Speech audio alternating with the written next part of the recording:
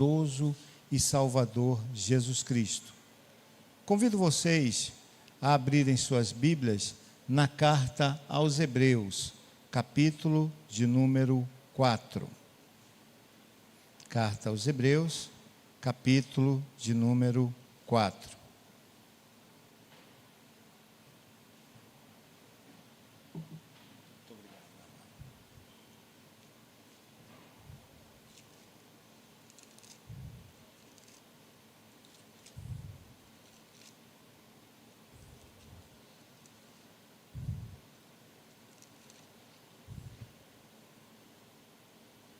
Eu já tive a oportunidade de ano passado, estar aqui com vocês, mas para aqueles que não me conhecem, me chamo Rômulo Araújo, sou pastor auxiliar, não sou o pastor titular da Igreja Presbiteriana do Crespo.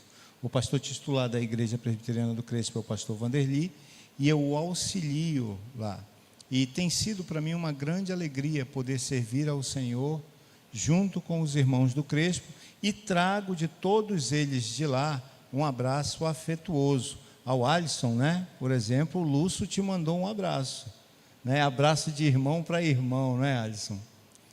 E para mim é uma alegria, meus amados, poder estar com vocês nessa noite aqui, partilhando e meditando junto com vocês da palavra de Deus. Hebreus, capítulo 4, versos de 14 a 16. Aqueles que puderem, convido a ficarem de pé nesse momento, para que façamos juntos a leitura da palavra de Deus.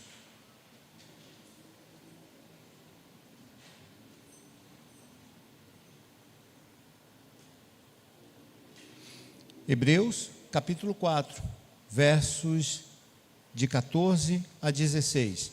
Leiamos juntos o texto sagrado. Tendo, pois, a Jesus, o Filho de Deus, que penetrou aos céus, conservemos firmes a nossa confissão, porque não temos sumo sacerdote que não possa se compadecer-se das nossas fraquezas. Antes, foi ele tentado em todas as coisas à nossa semelhança, mas sem pecado. Acheguemo-nos, portanto, confiadamente junto ao trono da graça, a fim de recebermos misericórdia e acharmos graça para socorro em ocasião oportuna. Curve sua cabeça e vamos ter mais um momento de oração nesse instante. Senhor, nós te louvamos, te bendizemos e te agradecemos por essa noite que nos encontramos em tua casa, a tua casa que é chamada casa de oração, a tua casa onde a tua igreja, o teu povo santo, eleito, escolhido antes da fundação do mundo, se reúne para solenemente te adorar, te bendizer, exaltar o teu nome. Ó Deus, nós fizemos isso tudo e agora pedimos, te suplicamos humildemente, que tu fales conosco através da tua palavra. Não aquilo que anseia os nossos corações, mas aquilo que verdadeiramente tu sabe que precisamos. Não aquilo que a nossa carne almeja, mas aquilo que verdadeiramente pode alimentar e fortalecer ao nosso espírito, pois está escrito: nem só de pão vive o homem, mas de toda palavra que sai da tua boca.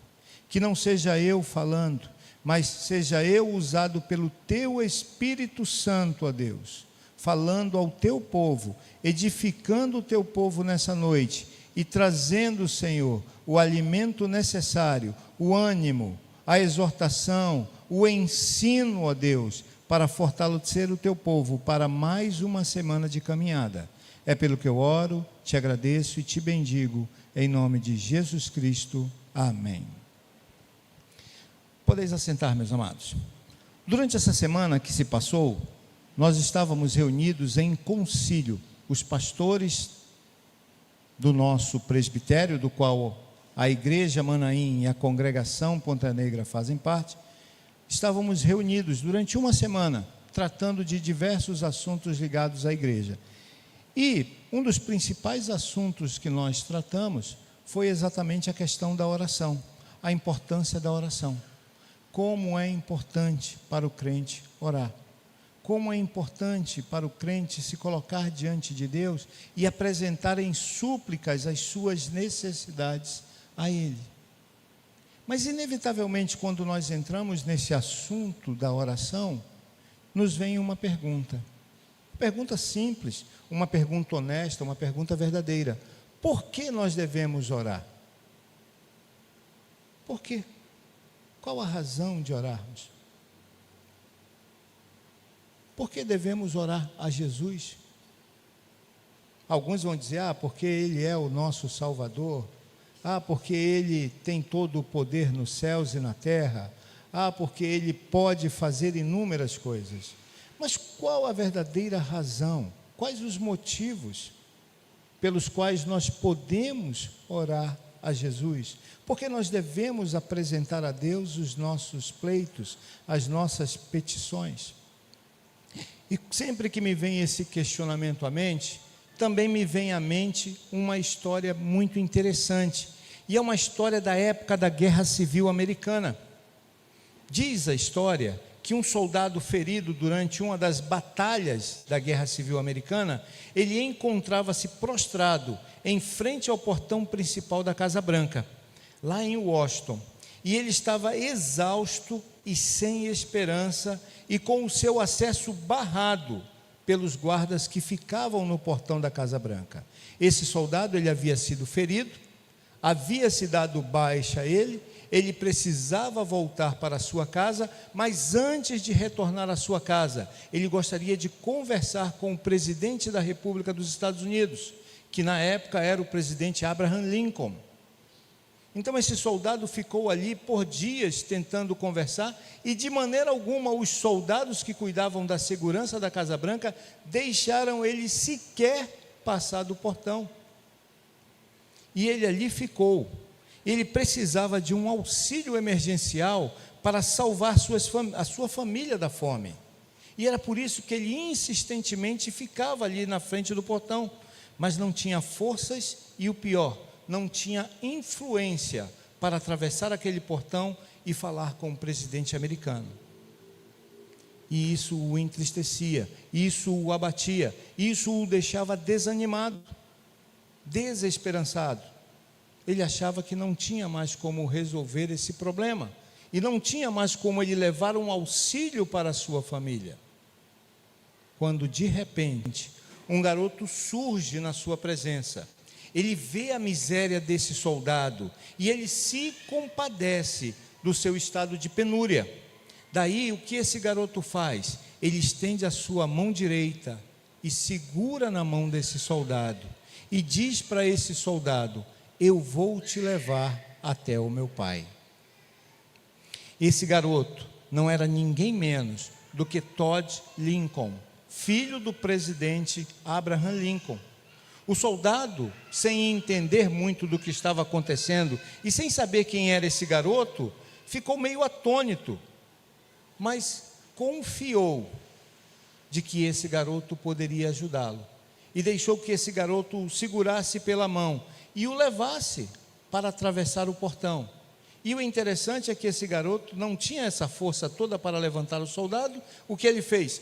Pediu para os guardas que estavam no portão para que o levantassem e o levassem até dentro da Casa Branca. Para ser mais preciso, até dentro do salão oval da Casa Branca, o lugar mais restrito que existe nesse mundo para se ter acesso.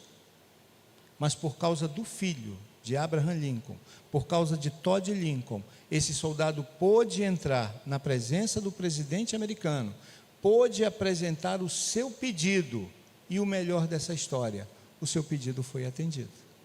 Ele pôde levar esse auxílio emergencial para a sua família e ver o estado de dificuldade, de penúria que sua família estava, mudar completamente. Foi com essa mesma intenção, ou com essa mesma ideia em mente, que o autor da carta aos Hebreus escreve para cristãos que temiam não ter forças para assegurar a confissão de fé em Jesus em meio à perseguição. Os cristãos em Jerusalém estavam enfrentando uma dificuldade tremenda, estavam sendo duramente perseguidos pelos seus próprios irmãos judeus. e eles já estavam perdendo as suas forças, já estavam perdendo o seu ânimo. E por conta disso, o autor da carta aos Hebreus resolve escrever para eles e direcionar o olhar deles, não para a pressão, não para a dificuldade, não para a luta, mas para a segurança que eles deveriam ter, não na sua própria força, mas na força daquele que verdadeiramente é fiel e pode sustentá-los em meio à dificuldade. O autor da carta aos Hebreus, ele faz exatamente isso. Ele escreve para irmãos que enfrentavam lutas, que não tinham força, que não sabiam a quem recorrer, dizendo: Deus é fiel e Ele vai sustentar vocês em meio às lutas. Simplesmente confiem no Filho de Deus. E é por essa razão, meus amados, que o tema do nosso sermão nessa noite é Jesus, nossa confiança para chegarmos ao trono de Deus. Mais uma vez, o tema da nossa mensagem, da nossa reflexão nessa noite é Jesus, a nossa confiança ou a nossa segurança para chegarmos ao trono de Deus. O que aprenderemos nessa exposição é que temos com quem contar para nos aproximarmos confiadamente do trono de Deus. Por causa de Jesus, aquele lugar, o trono de Deus, que antes era um trono de juízo para nós, um trono do qual emanava a cédula de condenação que nos acusava e dizia que éramos merecedores da morte, mas por causa daquilo que Jesus fez na cruz, aquele trono que antes era de juízo, agora se tornou um trono da graça, um trono da onde emana as bênçãos que recebemos para continuarmos caminhando. E é por essa razão que eu gostaria de meditar com vocês nessa noite. E a primeira razão pela qual você pode confiar em Jesus para levar os seus pleitos, para colocar as suas orações, para levar os seus pedidos ao Pai, está no fato da sua autoridade sem precedente. A autoridade de Jesus é sem precedente. Ele é a maior de todas as autoridades. Vamos dar uma olhada aí no verso de número 14. Nós podemos confiar em Jesus porque Ele é o maior de todos os sumos sacerdotes. Vejam como o texto no verso 14 começa. O autor de Hebreus começa dizendo o seguinte: tendo, pois, a Jesus, o Filho de Deus, como grande sumo sacerdote, que penetrou os céus, conservemos o que, meus amados? Firmes a nossa confissão. Me chama a atenção, nesse versículo, dois termos que para mim são muito importantes para entendermos o significado desse texto. O primeiro, grande sumo sacerdote. E é interessante porque o autor utiliza esse adjetivo grande, que no grego significa megas, para elevar Jesus acima da ordem do sacerdócio arônica, ou seja, acima do sacerdócio de Arão. O autor está olhando para toda a lei mosaica, para todo o ritual de sacrifícios e de como o sumo sacerdote entrava anualmente no Santo dos Santos, o lugar mais restrito do tabernáculo de Deus, e ele não podia estar em pecado, porque se ele ali estivesse em pecado, ele seria fulminado e morreria imediatamente. Por isso, todo sumo sacerdote, quando entrava uma vez por ano, ele tinha que amarrar uma corda na sua cintura, suas vestes tinham que ter nas bordas sinos, para que as pessoas lá fora ouvissem ele caminhando, porque ele entrava no Santo dos Santos, o lugar onde estava a arca de Deus. Aí a arca representava a presença de Deus. Todo sumo sacerdote era obrigado a fazer isso. E o autor da carta aos Hebreus, olhando para todo esse ritual, ele diz: Jesus Cristo é superior a todos os sumos sacerdotes que já existiram na terra. Não tem sumo sacerdote igual a ele. Ele é superior a todos os sumos sacerdotes. Ele está acima de Arão, ele está acima de qualquer linhagem sacerdotal humana. Jesus é o máximo entre os máximos.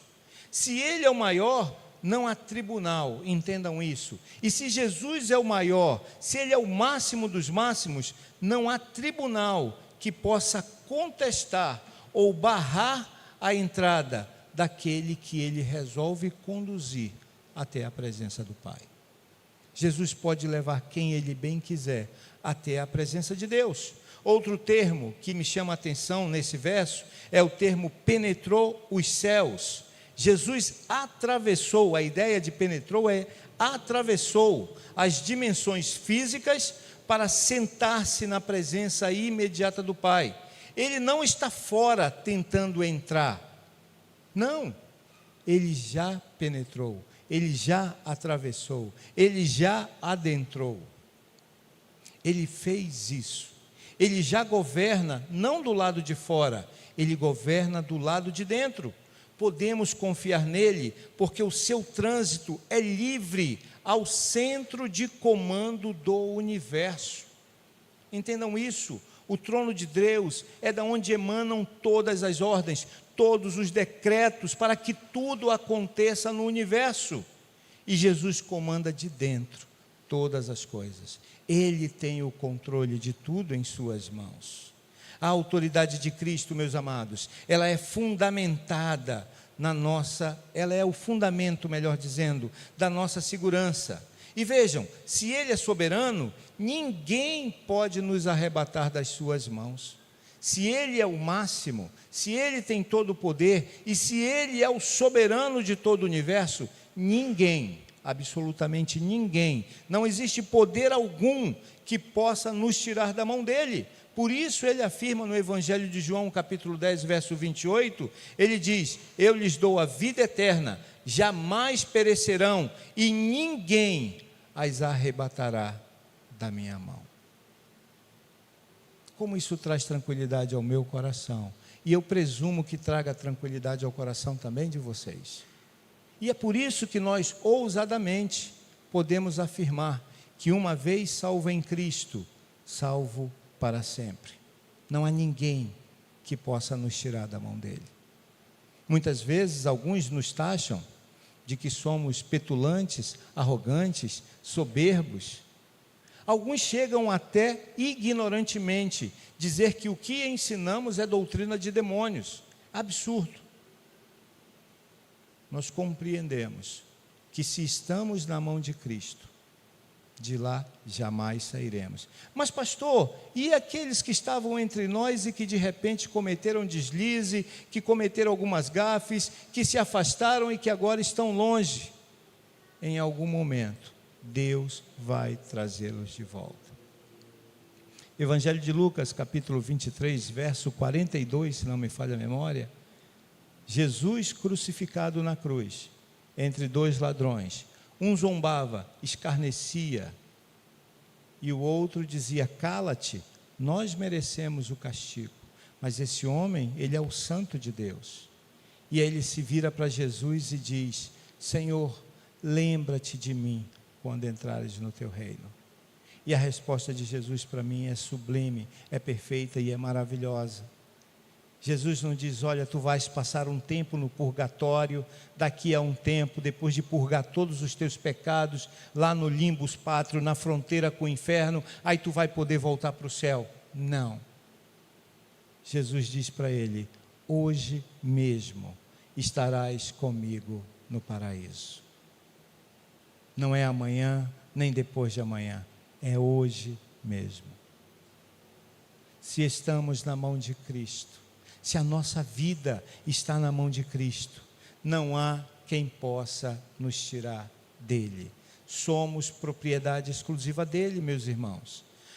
A preservação do crente não depende da sua própria força em tentar se agarrar a Cristo, mas da impossibilidade de qualquer poder criado neste mundo abrir a mão de Jesus e nos tirar do seu poder. Não existe poder nesse universo que seja capaz de nos tirar da mão de Jesus Cristo. como o maior sacerdote, ele detém a guarda irrevogável de suas ovelhas. O Pai nos confiou a ele, e da mão dele ninguém vai nos tirar. Por isso, o autor mesmo da carta aos Hebreus, no capítulo 8, verso 1, diz o seguinte: ora, o essencial das coisas que temos dito é que possuímos tal sumo sacerdote que se assentou à destra do trono da majestade nos céus. E é interessante porque esse termo assentou-se, ele indica uma obra concluída, uma obra consumada, como Jesus disse na cruz, está consumado. Então, quando o autor aos Hebreus, no capítulo 8, verso 1 diz, Jesus se assentou, ele está dizendo, toda a obra que ele precisava fazer foi concluída, não há mais nada que ele precise fazer, tudo que era necessário para nos salvar, Jesus já fez, e isso aponta para a intercessão eficaz de Cristo. Ele apresenta o seu sacrifício completo como base legal do nosso acesso ao trono de Deus. Por que podemos confiar em Jesus Cristo? Por que devemos orar a Jesus Cristo? Porque na prática, quando você se sente pequeno demais para falar com Deus, você deve lembrar que o seu representante, Jesus Cristo, o seu representante que está lá no trono do Pai, ele tem crachá de livre acesso no céu. Você não precisa de influências políticas, você não precisa de influências religiosas, você não precisa de influências econômicas ou sociais. Esqueçam todas essas influências humanas. Você não precisa de nenhuma delas. Você só precisa confiar em Jesus Cristo. Você apenas precisa da ajuda de Jesus Cristo. E Ele vai resolver. Você pode confiar nele, porque como seu advogado, ele já está assentado na sala do juiz, e ele garante que a sua causa será ouvida pelo juiz supremo de todo o universo. Esse sim é um advogado influente. Esse sim é um advogado que nunca perdeu causa. Esse sim é um advogado que tem influência diante do supremo, eterno e todo-poderoso juiz do universo, que é Deus. E Jesus Cristo defende a nossa causa. É Ele quem pleiteia por nós as nossas lutas. Mas vejam bem, meus queridos, contar com uma autoridade como essa, tão influente e poderosa, poderia nos deixar desconfiados. Eu, humanamente falando, se de repente o advogado tivesse uma causa, algum problema na justiça, e de repente o advogado mais renomado desse mundo viesse até a mim oferecer os seus préstimos, seu auxílio para me ajudar nessa causa, sem cobrar valor nenhum, eu diria para vocês que eu ficaria desconfiado e diria, não, esse advogado quer alguma coisa. Da mesma maneira, nós podemos pensar a respeito de Jesus Cristo, como a maior autoridade de todo o universo, como a autoridade mais influente de toda a criação. Como é possível? Qual a razão dessa autoridade querer interceder por mim? Qual a razão dele querer interceder por nós? Qual o motivo que leva Jesus a se envolver com os nossos problemas, com as nossas causas? E a razão para isso, a razão dessa grande autoridade, desse grande sumo sacerdote, se interessar por nossa causa, está no fato dele conhecer bem de perto a dor dos nossos pecados, a dor dos nossos sofrimentos. E isso nos leva à segunda razão pela qual podemos confiar em Jesus. Podemos confiar em Jesus Cristo, porque Ele se compadece de nós. Vejam aí o verso de número 15. Deixa eu só beber um gole de água.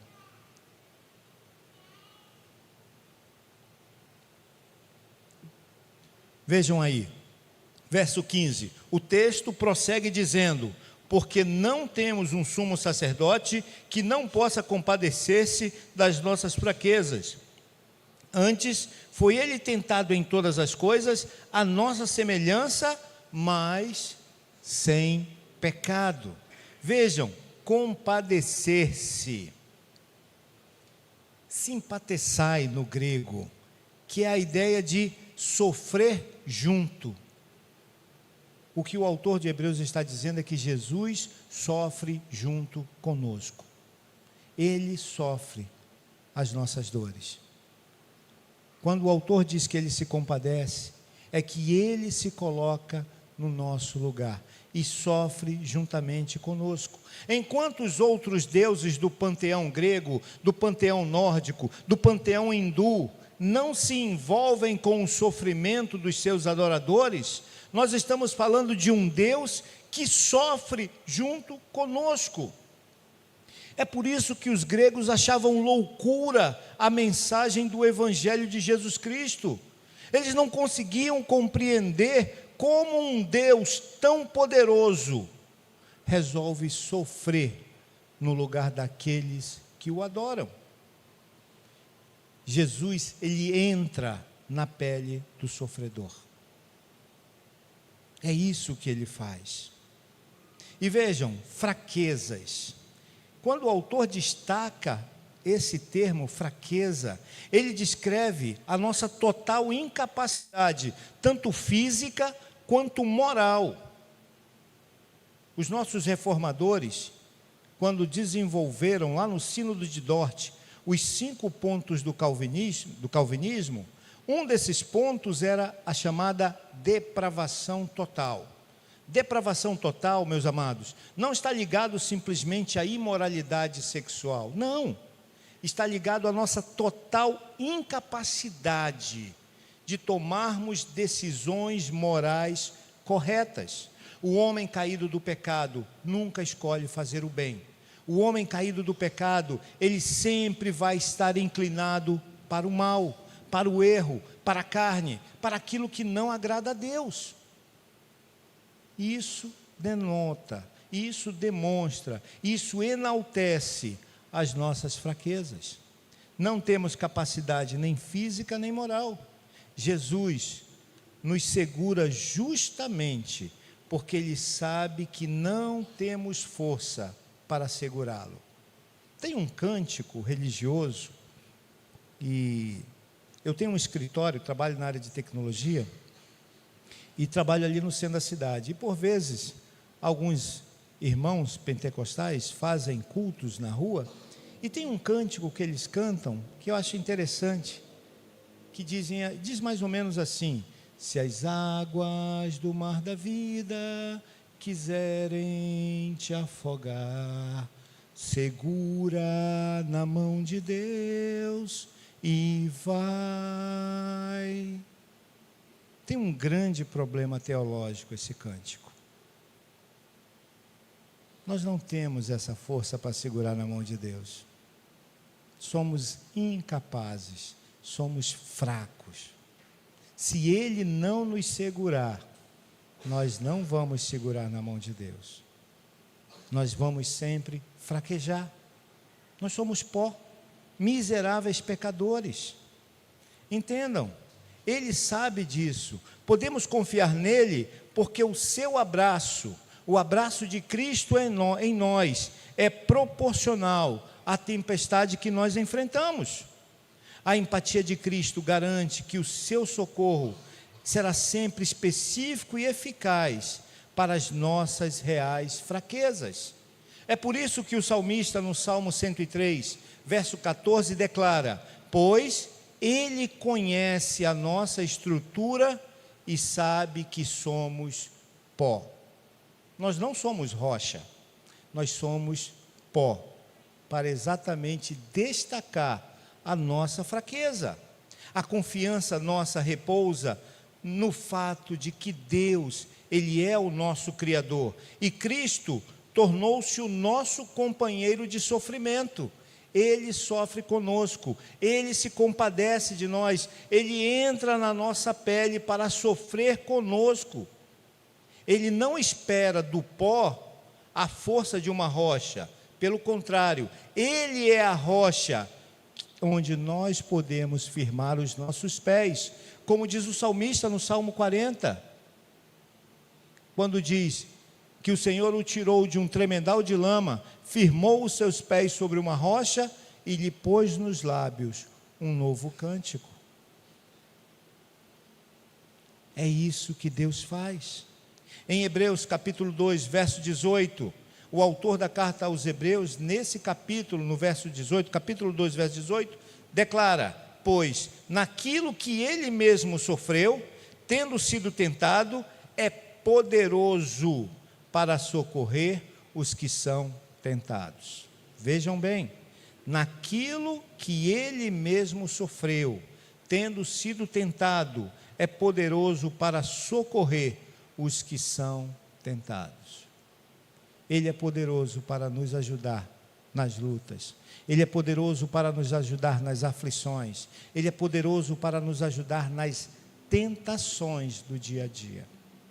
Você tem enfrentado tentações? Você tem enfrentado lutas? Peça socorro a Jesus Cristo. Ele é poderoso para te ajudar. A humanidade de Jesus Cristo é o canal da sua compaixão. Ele ajuda porque, como homem, ele venceu o campo de batalha, onde nós lutamos e fomos vergonhosamente derrotados.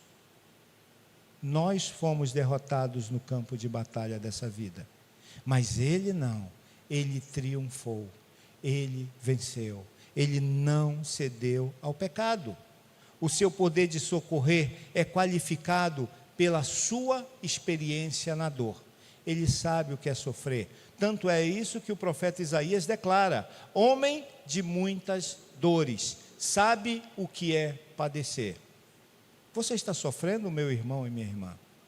Você tem passado por algum tipo de angústia? Leve para Jesus. Ele sabe o que é sofrer. Ele, melhor do que ninguém, sabe o que é padecer. Por que podemos confiar em Jesus? Por que devemos apresentar as nossas orações a Jesus? A segunda razão prática é porque Ele não te olha com o olhar de um carrasco esperando te executar quando você peca. Ele não te olha como um carrasco que quer te executar quando você peca. Muito pelo contrário. Ele te olha de forma doce, gentil e amável, como quem quer te auxiliar no momento da tua fraqueza. Evangelho de João, capítulo 8, conta a história da mulher pega em adultério, que iria ser apedrejada. E é interessante quando nós olhamos esse texto, porque a lei dizia que se um homem e uma mulher fossem pegos em adultérios, ambos deveriam ser apedrejados. Ambos. Mas só levaram a mulher. Cadê o pecador? Cadê o homem? Vejam a parcialidade da justiça humana. E eles vêm, levam até Jesus, até para testar, para provar Jesus, e começam a lançar as acusações dessa mulher, e Jesus continua escrevendo na areia, e simplesmente depois se vira e diz: aquele que não tem pecado, atire a primeira pedra. E o texto diz, lá no Evangelho de João 8, que um a um os acusadores foram saindo, e não ficou ninguém, a não ser aquela mulher e Jesus Cristo. Então ele se vira para ela, se volta para ela e diz: filha, cadê os teus acusadores? Ela diz: Senhor, todos foram embora. Ele diz: eu tampouco te condeno. Agora vá e não peques mais. Por que podemos confiar em Jesus? Porque Ele não nos olha como um carrasco que quer nos condenar. Ele olha com um doce e amável olhar de quem quer cuidar de nós, de quem quer nos restaurar. Mesmo sendo tentados, entendam, mesmo sendo tentado, Cristo não sucumbiu ao pecado. Antes, Ele resistiu heroicamente a todo o pecado. Ele é soberano em autoridade e sensível em compaixão.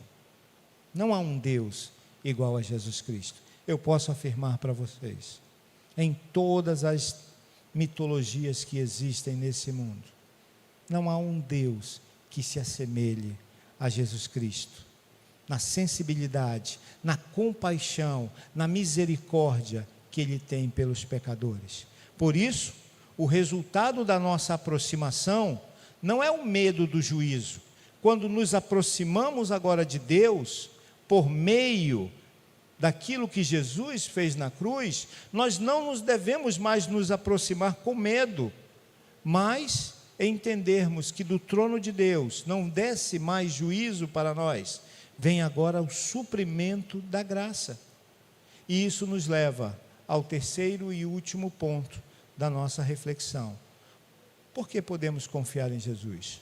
Podemos confiar em Jesus porque Ele nos traz graça e socorro em tempo oportuno.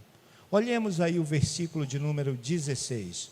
O autor conclui esse trecho, essa perícope, dizendo: acheguemo-nos, portanto, confiadamente junto ao trono da graça, a fim de recebermos misericórdia e acharmos graça para socorro em ocasião oportuna. Vejam, acheguemo-nos confiadamente. É interessante essa palavra confiadamente, porque no original ela traz a ideia de liberdade de fala. É muito comum hoje, nas correntes ideológicas progressistas, que nós vemos sendo anunciadas aos quatro cantos no mundo, que muitas vezes alguns dos seus militantes digam: olha, você não tem direito de fala, você não pode falar. Recentemente houve uma discussão, vocês percebem claramente que eu sou pardo. Meu pai era negro e minha mãe branca. Então eu nasci pardo, que comumente se chama de moreno em nossa nação. Mas há uma discussão agora entre negros e pardos. Os negros estão dizendo que os pardos não têm direito de fala. Outro tipo de exemplo é a discussão entre homens e mulheres, quando as feministas dizem: vocês homens, esse não é o lugar de fala de vocês, vocês não têm direito de falar, somente nós temos o direito de fala em tal ponto, ou em tal assunto, ou em tal questão. Em Cristo Jesus, todos nós, não importa sexo, não importa o gênero, não importa a etnia, não importa a cor, não importa o nível social, se rico, se pobre, em Cristo, todos nós temos liberdade de fala com Deus. Todos nós podemos falar com Deus. Podemos confiar nele, porque ele nos dá o direito de falar com o Rei do Universo, como se fôssemos herdeiros. E na verdade somos herdeiros. Somos co-herdeiros com Cristo. Então nós temos essa liberdade para falar com Deus, temos liberdade de chamá-lo de Pai. Essa liberdade foi conquistada para nós por meio daquilo que Jesus Cristo fez. Por isso o autor diz: olha, vocês acheguem-se confiadamente. Ou seja, quando vocês se achegarem, vocês têm liberdade para falar com Deus. E outro termo é trono da graça. Como eu falei para vocês no início, aquele trono, por causa daquilo que Jesus fez na cruz, aquele trono de Deus, que antes era trono de juízo, trono de condenação para nós, agora se tornou trono da onde emana a graça. Recebemos graça da parte de Deus por causa de Jesus. E a última expressão aí que me chama também a atenção é socorro oportuno. O auxílio que chega na hora certa, no tempo certo. Deus não espera que você chegue ao trono sozinho. Ele envia socorro para te buscar aonde você caiu. Ó quão cego andei e perdido vaguei, longe, longe do meu Salvador. Mas mesmo longe, mesmo perdido, Ele veio até mim e me resgatou. Ele veio até nós e nos salvou. Ele traz o socorro em tempo oportuno para nós. O acesso confiante é um direito jurídico e um direito espiritual que flui dessa união mística que todo crente tem com Deus. E veja bem, até para esclarecer para vocês essa expressão, união mística. Nós definimos teologicamente essa expressão como mística, não é porque é algo sobrenatural ou que envolve algum ritual, não. É mística porque é uma união espiritual, não é uma união física. Nós não nos vemos aqui unidos, ligados a Cristo, mas estamos ligados a Ele espiritualmente. Estamos unidos a Cristo, somos agora corpo, membros do corpo de Cristo. Ele é o cabeça. Em Romanos capítulo 5, verso 2, o apóstolo Paulo diz: por intermédio de quem obtivemos também acesso pela fé a esta graça na qual estamos firmes.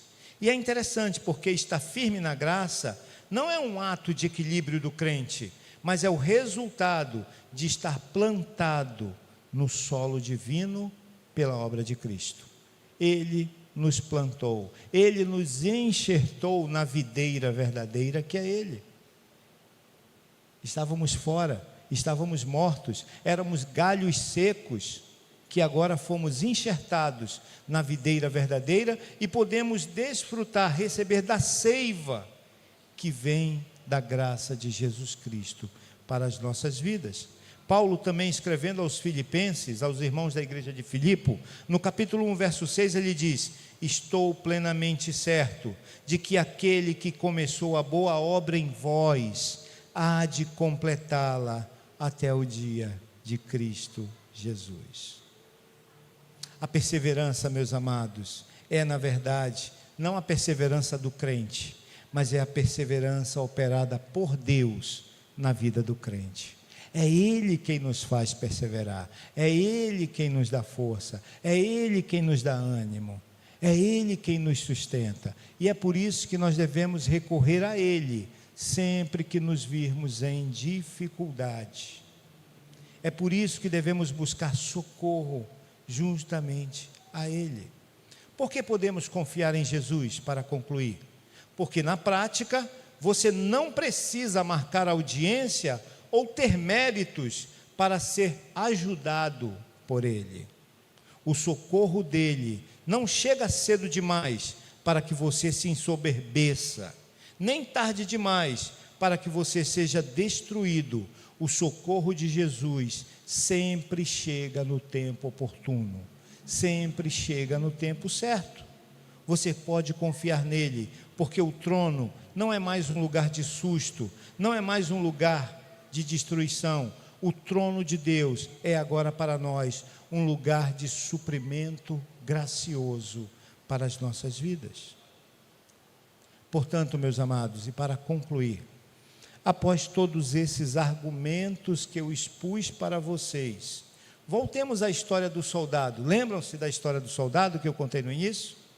Do soldado que queria buscar um auxílio emergencial com o presidente Abraham Lincoln?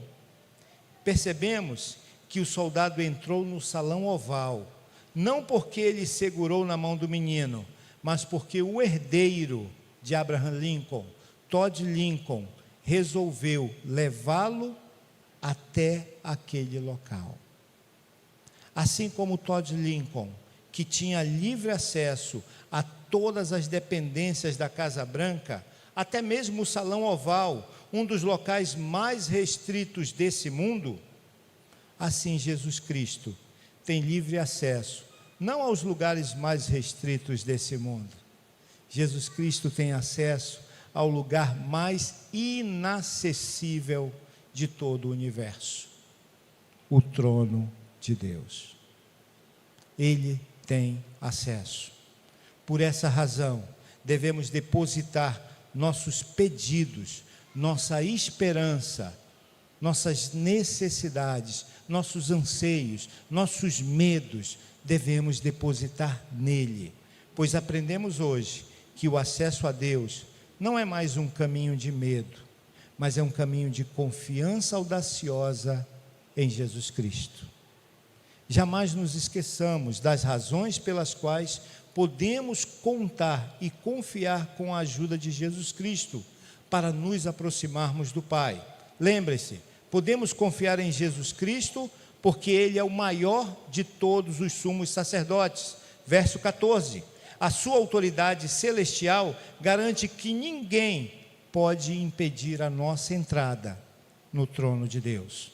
Segundo, podemos confiar em Jesus Cristo porque Ele se compadece de nós. Ele conhece as nossas fraquezas por dentro e segura-nos com a sua própria força quando nós estamos prestes a cair. Terceiro, podemos confiar em Jesus Cristo porque Ele nos traz graça e socorro em tempo oportuno. Ele transformou o trono de juízo em trono da graça de Deus e garante que a ajuda de Deus chegará sempre no momento exato que nós necessitamos.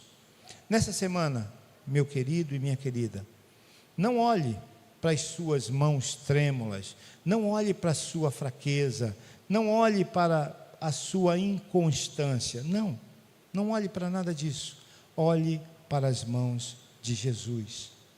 Não somos nós quem seguramos na mão dele, é Ele quem segura em nossas mãos.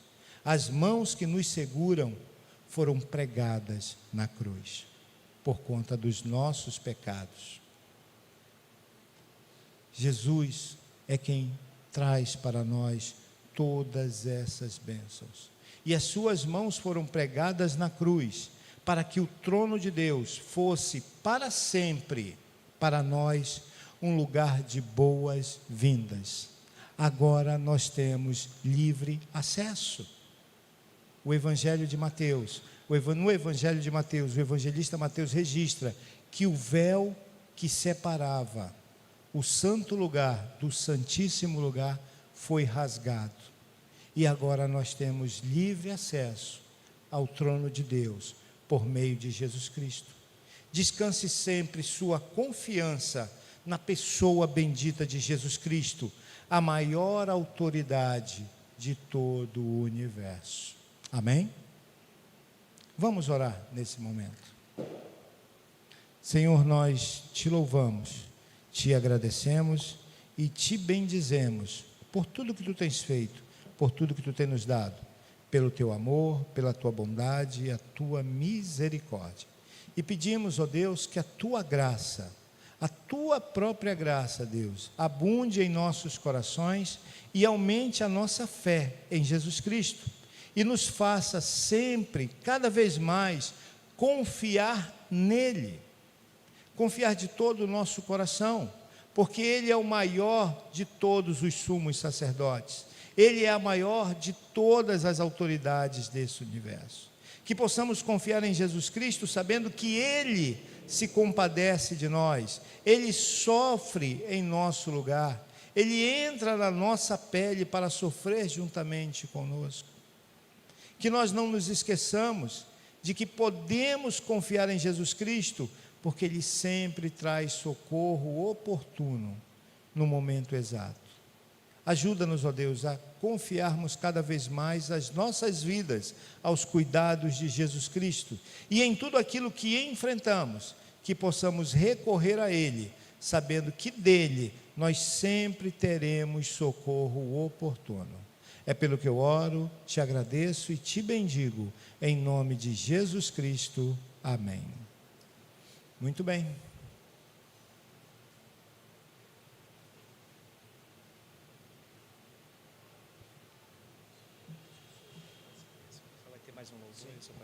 Irmãos, vamos ficar de pé. A pessoa que sabe, se a pessoa quiser sentar. Vamos, depois de tudo que ouvimos, se alguém entrou aqui e não tinha um motivo para louvar o Senhor, agora não tem mais desculpa. Vamos adorar e louvar esse Deus tão maravilhoso que nós temos, esse Senhor que foi à cruz por nós e pagou o preço, e hoje nós temos acesso a esse trono de glória. Louvemos ao nosso Deus.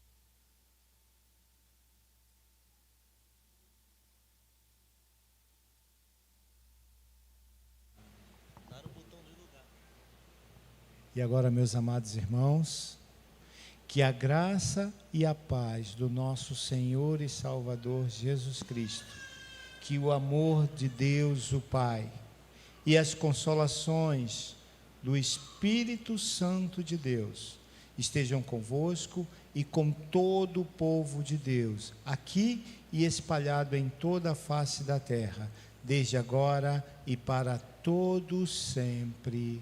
Amém.